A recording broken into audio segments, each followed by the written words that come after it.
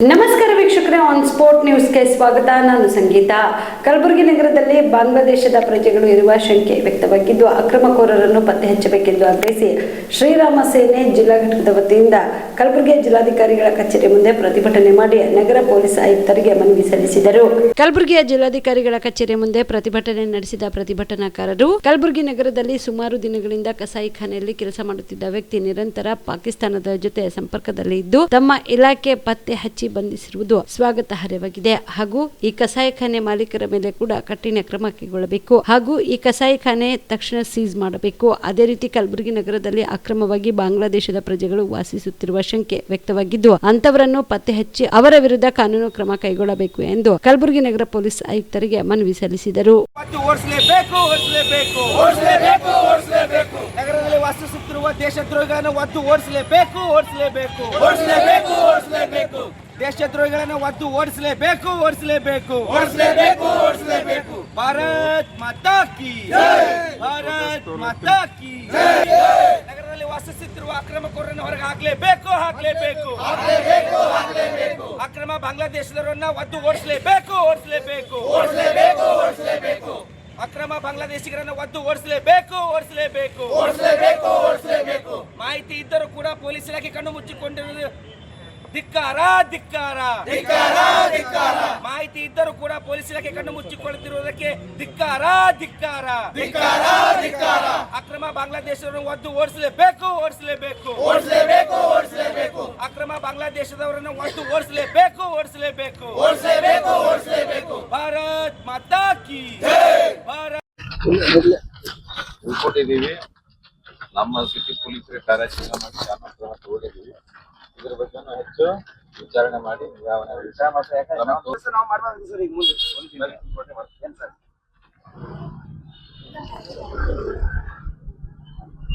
ಏನಪ್ಪಾ ಅಂದ್ರ ಯುಪಿ ನಿಂತ ಇಲ್ಲಿ ಬಂದು ಇಲ್ಲಿ ತಾವರಗೆರೆ ಕ್ಲಾಸ್ ನಲ್ಲಿರುವ ಅಕ್ರಮ ಕಸಾಯಿಖಾನೆ ಅದ ಅಲ್ಲಿ ಕೆಲಸ ಮಾಡಕತ್ತಿ ಅಂತ ಒಬ್ಬ ಯುವಕ ಏನು ಇವತ್ತಿನ ದಿವಸ ಅವನು ಡೈರೆಕ್ಟ್ ಆಗಿ ಪಾಕಿಸ್ತಾನ ಜೊತೆ ನೆಂಟಿಟ್ಕೊಂಡಿದ್ದ ಅಂತೇಳಿ ನಿನ್ನೆ ನಾವು ಎಲ್ಲಾ ಮಾಧ್ಯಮದಲ್ಲಿ ನೋಡಿದ್ದೀವಿ. ಅದೇ ರೀತಿಯಾಗಿ ಡೆಲ್ಲಿನಿಂದ NIA ಟೀಮ್ ಕೂಡ ಬಂದು ಇದನ್ನ ಪರಿಶೀಲನೆ ಮಾಡ್ಲತ್ತದ. ಆದ್ರೆ ಇವತ್ತಿನ ದಿವಸ ಇಲ್ಲಿರುವಂತ ನಮ್ಮ ಪೊಲೀಸ್ ಅಧಿಕಾರಿಗಳು ಯಾವುದೇ ಒಂದು ಕ್ರಮ ಕೈಗೊಳ್ತಾ ಇಲ್ಲ. ಇವತ್ತಿನ ದಿವಸ ಬೇಜಾರದ ವಿಷಯ ಇದು. ಯಾಕಪ್ಪ ಅಂದ್ರ ನಾವು ಕೂಡ 3 ತಿಂಗಳ ಹಿಂದೆ ಇಂಟೆಲಿಜೆನ್ಸಿ ಮಾಹಿತಿ ಕೊಟ್ಟಿವಿ.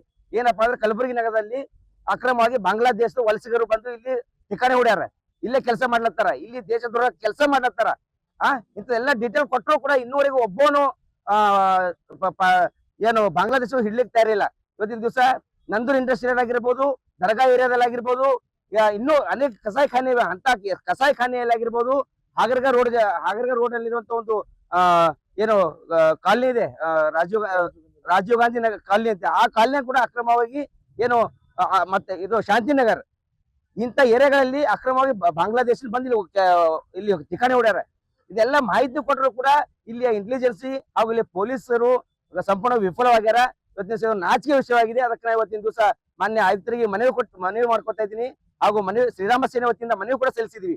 1 ವಾರದ ಒಳಗಡೆ ಆಗಿ ಈ ಅಕ್ರಮಕೋರರನ್ನ ಹೊರಗಡೆ ಹಾಕದೆ ಹೋದಲ್ಲಿ 1 ವಾರ ಬಿಟ್ಟು ಶ್ರೀರಾಮ ಸೇನೆ ಎಲ್ಲಾ ಕಾರ್ಯಕರ್ತರು ಅವರು ಎಲ್ಲೆಲ್ಲಿದ್ದಾರ ಅಲ್ಲೆಲ್ಲ ಹೋಗಿ ನಾವೇ ಅವರನ್ನ ಒದ್ದೋರಿಸುವಂತ ಕೆಲಸ ಮಾಡ್ಬೇಕಂತ ಆಗ್ತದೆ ಅಂತೇಳಿ ಇವತ್ತಿನ ದಿವಸ ತಮ್ಮ ಮಾಧ್ಯಮ ಮೂಲಕ ಈ ನಮ್ಮ ಮಾನ್ಯ ಪೊಲೀಸ್ ಆಯುಕ್ತರಿಗೆ ಒಂದು ಮನವಿ ಕೊಡ್ತಾ ಇದ್ವಿ.